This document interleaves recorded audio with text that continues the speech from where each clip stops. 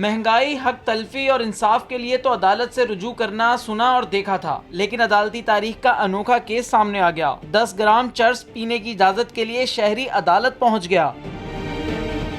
درخواست میں وزارت قانون و وفاق کو دیگر کو فریق بنایا گیا۔ درخواست گزار غلام اصغر سائیں کی جانب سے موقف اختیار کیا گیا کہ وہ غریب آدمی ہے، مفاد عامہ کی درخواست لے کر آیا ہے، 10 گرام چرس رکھنے پر جرمانہ بھی ختم کیا جائے۔ اس کے جو پیسے ہیں وہ دیکھیں کس کو ملتے ہیں، ڈی کرمنلائز نہ ہونے کی وجہ سے وہ غلط ہاتھوں میں چلے جاتے ہیں، بجائے اس کے کہ یہ پیسے غلط ہاتھوں میں چلے جائیں، گورنمنٹ کو ریونیو جنریٹ ہوگا۔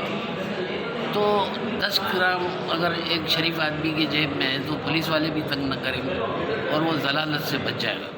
عدالت کا درخواست پر برہمی کا اظہار۔ عدالت نے ریمارکس میں کہا، کیا آپ چاہتے ہیں ملک میں سب لوگ چرس پینا شروع کر دیں؟ بتائیں آپ پر کتنا جرمانہ عائد کیا جائے؟ درخواست گزار کا کہنا تھا کہ چرس پینے کی اجازت دینے سے ملک کی آمدنی بڑھے گی، ریونیو بنے گا۔ عدالت نے ریمارکس میں کہا کہ نہیں چاہیے، ایسا ریونیو آمدنی بڑھانے کے لیے اور بھی جائز طریقے ہوتے ہیں۔ عدالت نے درخواست ناقابل سماعت قرار دے کر مسترد کر دی۔ جنید شاہ، نیو نیوز، کراچی۔